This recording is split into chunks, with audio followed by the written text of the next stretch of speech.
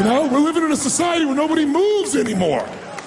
What do we like today? How do people get injured today? They don't get injured smashing into people, playing football and everything else. They get injured typing, right? You know, picking up a pencil. That's how people get hurt today because we don't use everything anymore. We live in a box. Think about it. Think about our lives today and how different it is than maybe the way we were formed to be made, to run, to hunt, to create, to procreate, to raise our children, to move, to farm, to do all the things that made us use all of our body. Today, what do? You wake up and you have this box life. You have a box breakfast, right? You get in your box car, you drive to your box office, you load up a box elevator. You don't use the stairs, of course, right? You go to your box office where you type on a box, talk on a box, right?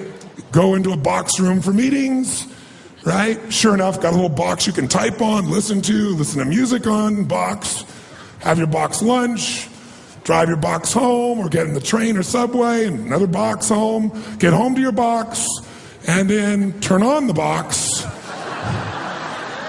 type on a box, message on a box, and maybe go get a cylinder to change your state, right? Maybe. And most people's idea of exercise in our society today is fill the tub, pull the plug, and fight the current. That's the world we live in today.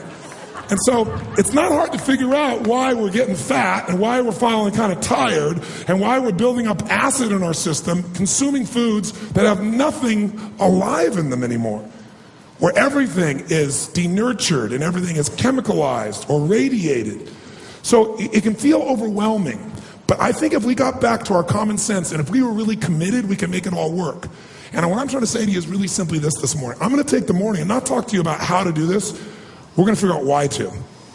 Because 80% of success in anything is psychology and 20% is mechanics.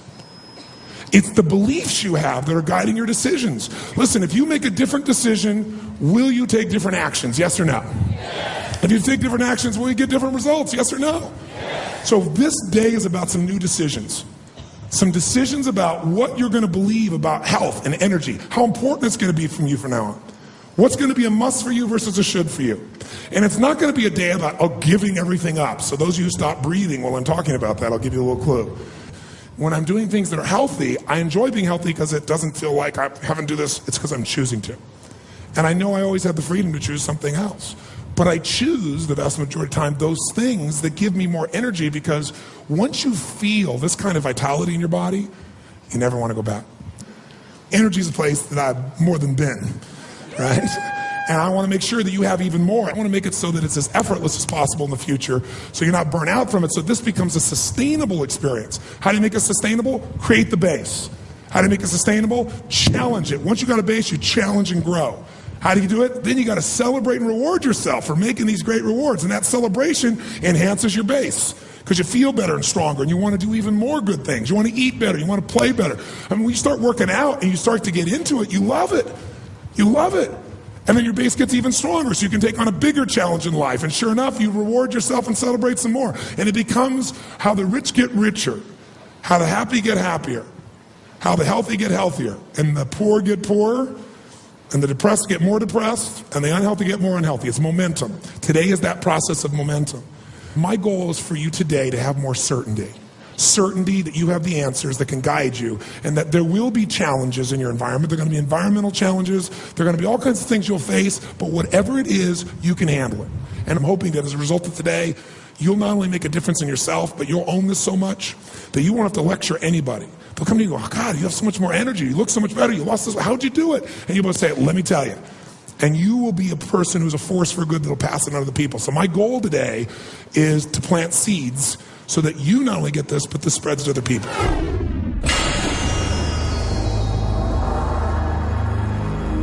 The power or the gift of alkalinity. For short, we call it Go Green. Go Green, baby. What this program is about is energy. If you're going to have energy, you have to understand that there's a delicate balance in your body called the acid-alkaline balance. And I'm sure many of you have heard the term pH many times in your life. But usually you might hear it about a hair product or something of that nature, unless you were studying your body a little bit. But just as your body has to regulate its temperature, ideally at what temperature? 98.6, right? Too much variance either way of that, it affects your health, doesn't it? Your natural body temperature going there. You get up to 104, you got some real serious problems. Well, as important as your body temperature is, not the external temperature, but the body temperature that you're able to maintain consistently, there's another number that's equally important, maybe even more, and that is the acid-alkaline balance within your body. The pH balance, as it's called. And there's a scale that measures how acidic to how alkaline any substance or environment is. And that scale's right here in front of you, and you can see that scale goes basically from 0, which is burning holes through something, to 14, which is very alkaline. 7 is neutral. Now, all the different parts of your body have a different need for acid or alkalinity, but the vast majority, and the most important one, the blood, has to be slightly alkaline. Slightly alkaline. Now, that alkalinity is 7.36, and much variance from that, and you got some challenges in your blood. Now, you can measure that directly with tests, but you can also measure your urine, or you can also measure your saliva. They're not as totally accurate as the blood is, but they're things you can easily do. Once you start seeing your pattern, you're going to know what's going on. And if you're in a position where your blood or your urine, saliva is the least accurate, is moving you into the acid stage, you know that your body is starting to break down. Now, when we say acid pH, when you hear that term, acid pH or alkaline pH, technically all it really means is when you're looking at atoms, you've got neutrons, you've got protons, and you've got electrons. All you got to know is when it's acid, it's saturated with protons. When it's alkaline, there's lots of electrons, and those electrons have the impact of creating an environment which oxygen can be very rich.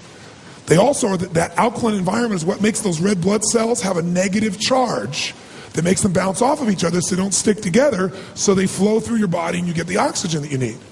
Also, it's very difficult in a highly oxygenated environment, a non-acid environment, for microorganisms to grow in mass. They stay checked, they stay balanced when you're fully oxygenated. But when your bloodstream gets acid, it's like putting out the pollution and wondering where the rats show up. So alkalinity has got to be a major focus, and it's very easy to get yourself to stay alkaline, but you got to think the power of alkaline, and the short term we have for that is go green. If you're overweight, how many of you here have worked out really hard but still can't seem to get lost those last 10 or 15 pounds or 5 pounds away? How many have had this experience? Raise your hand. Say aye. A lot of people say, oh, it's my metabolism. Well, that would be true to some extent, but a lot of people work out like crazy. They still don't seem to be getting the result. When your body is extremely acidic, you don't get as much oxygen. When you don't get as much oxygen, everything slows down, including the metabolism, even though you're working out. In addition, as you work out, if you work out hard and you're working out in an anaerobic way, you're building even more what? Who knows? Even more acid.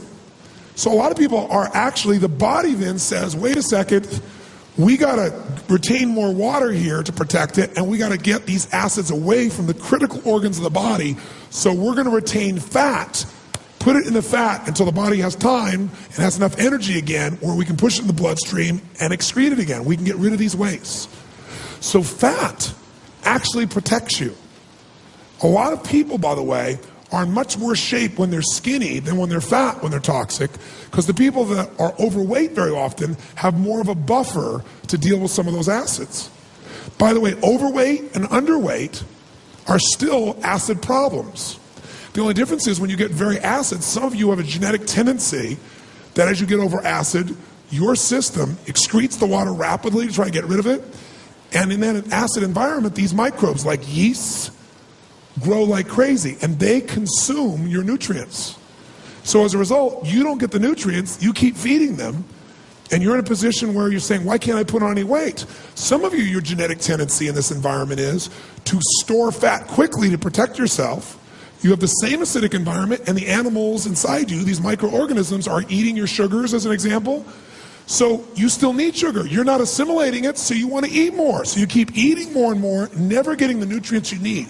You're starving for nutrients because you're setting up a population of microorganisms in your body that you're feeding. They got to be cleansed out. And the way to cleanse them out is alkalize. In an alkaline environment, you're going to have rich oxygen, and they will not subsist in that environment. Cancer cells don't even do well in a highly oxygenated environment. They don't live in that kind of environment. They live in an environment where there's no oxygen or very limited oxygen or lower levels of oxygen. That's what makes them grow. So if you want to know the consequences, the first thing you can think of is if you're really over fat, think of I'm over acid. If you feel like you're fat, I'm over acid. If you will alkalize like crazy, and the way I'm going to show you in this principle, you'll lose weight so fast it'll make your head spin, and your mind will be blown. Because how come I've held all this time? Because once the acid's out, you don't need to retain the fat to protect you, and your body will let go of the fat. But remember, if you keep dealing with the cause but not the source, nothing changes long term. This will really be encouraging to many of you. Too much acid decreases the oxygen affinity for hemoglobin in the blood. It creates free radical damage. It slowly attacks and eats away at the smooth muscle tissues and the inner walls of arteries and veins. It becomes more difficult to control high blood pressure when you're acidic like this. It disrupts the lipid and fatty acid metabolism. It increases the likelihood of cellular mutations. As I've already described, cells mutate as a result. Electrolyte activity is impaired. It decreases your energy reserves. And it often, allows the binding of cholesterol to heavy metals. So now you don't just have a cholesterol problem, you have these toxins that are stuck in your system simultaneously. How do we balance all this out? Number one, this is the principle. From now on, you want to measure your alkalinity on a regular basis. Get a little pee strip or get a little element, and on a regular basis, check how you're doing and see what the pattern is. Because the blood doesn't lie. And urine will be the next best element. It won't lie. And that's probably what most of you will end up using, or you'll use, the saliva strips. But it's very easy. You'll know the color after a while. You click it, takes 2 seconds. You go to the restroom, click it 2 seconds, and you'll know where you stand. And if you are acid, you want to take immediate massive action to what? To what? Now, what does that mean? Well, first of all, when you have a lot of alkalinity, you're going to have this oxygen, you're going to have electrical charges. You ever heard about alkaline batteries? Do they last longer or less than other batteries? Which one? Do you ever see a battery when it dies and won't work anymore? What happens? You get battery acid coming out of the side, don't you? A battery can't do the charging when it comes to acid. The alkalinity, it's the right balance in that lets it keep going and going and going. Well, that's what keeps me going. That's what's going to keep you going, is alkalinity. Now, how do we get there? So easy. Go green. 2 things make you alkaline. Number one thing that's going to get you there is green plants, green live foods. They have an enormous amount of alkalizing capacity within them. And when you think about your life and your diet, you want to think, you know what? I want to make sure that I'm making sure, ideally, about 70% of my diet is more alkaline. Now, greens aren't the only ones that'll do it. Ideal foods for alkaline forming and life-giving, I give you a whole list. Almonds are a great little snack you can have. Carrots, dates, avocados. Here's a fat that's a great fat. Avocados should be a regular part of your life. It's a fantastic fat. They're great for you, and they'll also keep your blood sugar stabilized. You won't have those ups and downs of being starving. Avocados are fantastic for you, but they're also alkaline. Limes, coconuts, celery, cucumbers, cauliflower, Brussels sprouts, asparagus, green beans, broccoli, and you can see the list goes on and on and on. Mostly live foods. The most alkaline foods, for the most part, are greens. Greens are some of the most potent ones that you have. Secondly, you want to avoid acid-forming foods which are devoid of life. So pork and veal and beef and chicken and turkey and eggs, shrimp and lobster. You go, Tony, you just took away my entire meals. What I said is you want a ratio just like water. What's the ratio you'd ideally have? 70% alkalinity. So you're going to have your lobster, if that's what you're going to do, which, again, that's more toxic amongst the fishes that you can have because it's on the bottom of the ocean where all the wastes drop down to. But if you're going to have it and make sure you got a great, huge salad, and that's the majority of what you're eating, some vegetables, some elements of that, and then you have your lobster. You don't have to give up everything. All you want to do is make sure you're cleansing, not clogging, and alkalizing, not creating acid. How many follow that? Say aye. So bread creates acid. So make sure if you're going to have that bread, that there's going to be enough greens in your diet that are going to help balance it out. That's all you got to do. Or make it that one day out of a week, or that 1 or 2 or 3 days out of a month where you're zagging, you're going to enjoy yourself, and then you're going to cleanse yourself. How many follow the difference here? Say aye. How many think that might be doable? Say aye. So you want to avoid the acid foods in a ratio that I described. You want to have the ideal foods that are alkaline, and you want to supplement your diet with quality greens. Quality greens. And the last thing that you can do that can alkalize is really simple, and it should be the habit for everybody here. When you wake up in the morning, first thing you're doing besides breathing is doing what? First thing you want to do with that water, put some lemon in it.